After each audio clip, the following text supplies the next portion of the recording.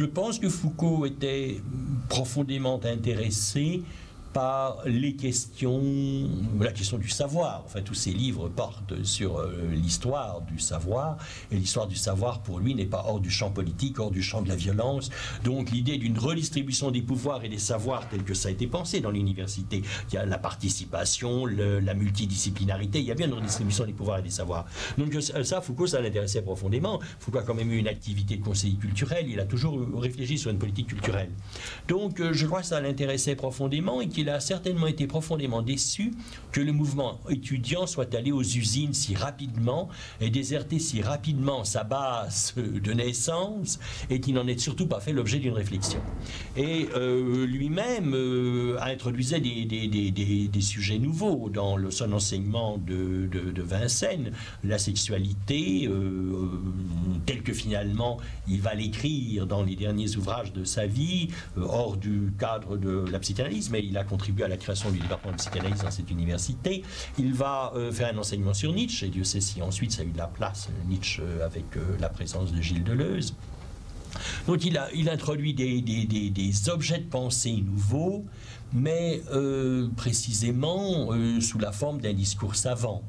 Or, ce qui a marqué cette université, c'est plutôt le changement des rapports étudiants-enseignants, le tutoiement, le non-conformisme, le non-autoritarisme, et en tout cas, l'idée que Foucault parle et que ses étudiants n'aient pas autant de temps de parole est devenue insupportable pour certains leaders. Je ne sais pas comment on dit leader au féminin, c'est des leaders étudiants qui ont dit Foucault, tais-toi, mandarin, et il s'est tué. Il est parti, il est allé au Collège de France, il s'y est précipité, parce qu'au moins là, les étudiants étant des auditeurs et non pas des étudiants, se taisaient. C'est vrai que l'engagement de Michel Foucault dans un militantisme de rue, qui va être concomitant à son entrée au Collège de France d'ailleurs, se fait, mais en fait il a quand même participé à l'occupation de Vincennes avec les étudiants ici, et la résistance physique à la police. Mais cette intervention de Foucault dans le champ des luttes est effectivement un moment où ces luttes vont changer de sens. Je veux dire qu'en mai 68, les grandes manifestations autour d'Annie Cohn-Bendit, par exemple, c'était « Nous sommes tous des juifs allemands ». C'est-à-dire des mouvements de grande identification à des mythes, nous sommes tous des prolétaires, nous sommes tous des juifs allemands, des grands mythes de grandes figures ou de persécution ou de révolution deviennent finalement des pôles d'identité. Or, l'histoire du GIP est tout à fait intéressante. L'histoire du GIP est née dans ce contexte de militance. Les militants de la gauche prolétarienne qui venaient d'être dissous étaient donc dans l'illégalité. La simple fait de vendre le journal était une occasion pour la police de Marcelin de les mettre en prison, et il y en avait quand même près de 300 dans les différentes prisons françaises. Et mes camarades avaient entrepris de demander un statut afin d'avoir un droit de réunion, d'avoir la presse qui était interdite dans les prisons, d'avoir tout un ensemble d'éléments de vie politique.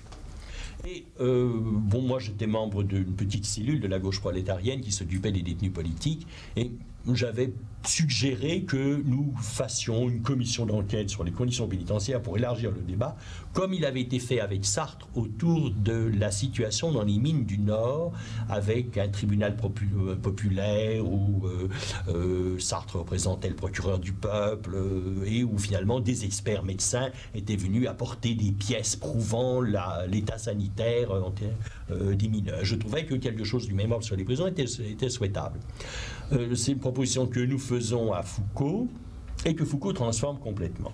D'abord, il la retarde un petit peu son efficacité en faisant que, au lieu d'être tout à fait le point d'appui d'une revendication du statut politique, elle devienne un problème général de tous les détenus et écarte finalement la question du statut politique, pose pleinement la question du statut de la détention comme mode de punition.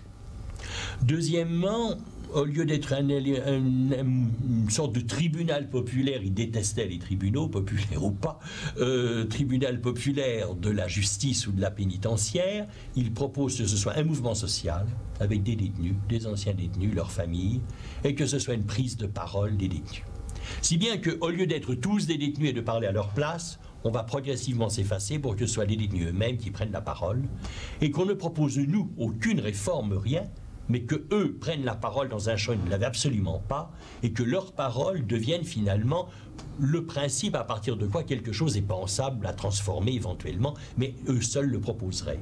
Donc c'est l'identité, enfin un groupe d'identités nouveaux qui émerge dans le champ des forces sociales, et les jeunes s'y reconnaissent très vite. Les luttes autour des prisons intéressent énormément les lycéens. Certains lycéens avaient été emprisonnés pour des actions politiques, mais il y a un véritable mouvement de la jeunesse, comme on l'a disait à l'époque, autour de phénomènes des prisons, lutte bien sûr contre la détention, lutte anti-autoritaire, mais surtout émergence d'un nouveau personnage.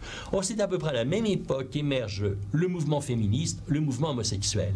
C'est-à-dire que nous ne sommes plus tous X, et des mouvements d'identité commencent, et je crois que ce sont des mouvements très importants dans l'histoire des récentes années. Je ne crois pas qu'on comprendrait la chute du mur de Berlin si on obnubilait, si on écartait cette histoire de la naissance d'une affirmation individuelle, de style de vie, de style de liberté, non pas seulement dans la sphère politique, mais dans la sphère de la vie privée, de l'autonomie personnelle, de l'affirmation de soi.